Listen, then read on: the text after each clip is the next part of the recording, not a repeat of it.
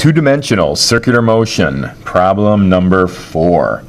Space station is shaped like a ring and rotates to simulate gravity. Let me try and draw that.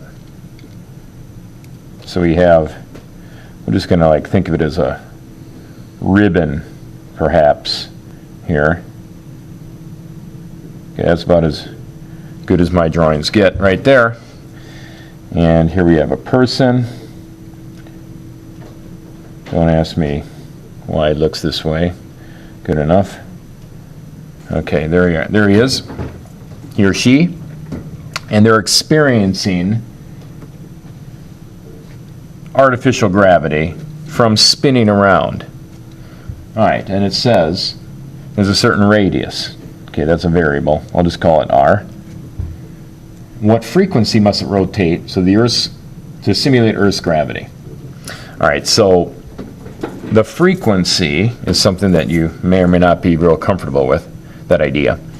But let's just look at the big picture here, the physics first. So how is gravity simulated? By accelerating inward and at an acceleration of g. All right, g will be 9.8 meters per second. You want it to feel the same way it does on Earth. Now I could say f sub g, the force of gravity, but really it's going to come down to just acceleration. In other words, it doesn't matter what the mass of the person is. It doesn't matter what the mass is. The rate at which this has to rotate will be the same, regardless of the mass. So the g is provided by or produced by the centripetal acceleration. All right. And that is, well, we don't know the speed, but we know something about, well, we will know something about the period, and we got to get the frequency. So the form we want is 4 pi squared r over t squared. That's the one we want. And that's the centripetal acceleration formula we want. Now, period corresponds to seconds per cycle. Frequency corresponds to cycles per second. And how do those relate to each other? I'm sure you can see it. That's right. Frequency is 1 over period. They're inverses.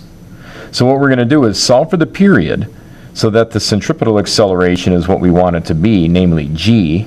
That's what we want it to be. And then take the inverse. So let's go ahead and do that. So I'm going to solve for t. Let's start with t squared, bring that over here, is equal to 4 pi squared r over g. And then t is equal to square root of all that, which is 2 pi square root of r over g. Therefore, the frequency is 1 over period, which is 1 over 2 pi, and 1 over this is square root of g over r. There you go, folks. That is the basic formula that we're dealing with.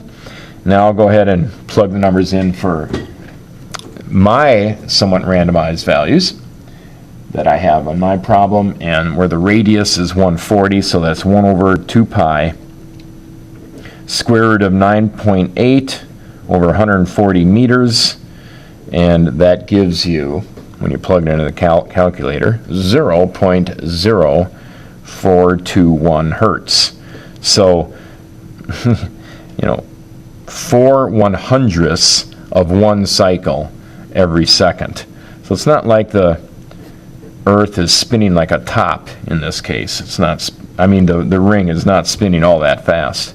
At 140 meters, it only has to go around, well, if you take the inverse of that, the time in seconds to go around is 1 over that. So it's quite a few seconds just to go around once. And that will simulate the acceleration of gravity on Earth.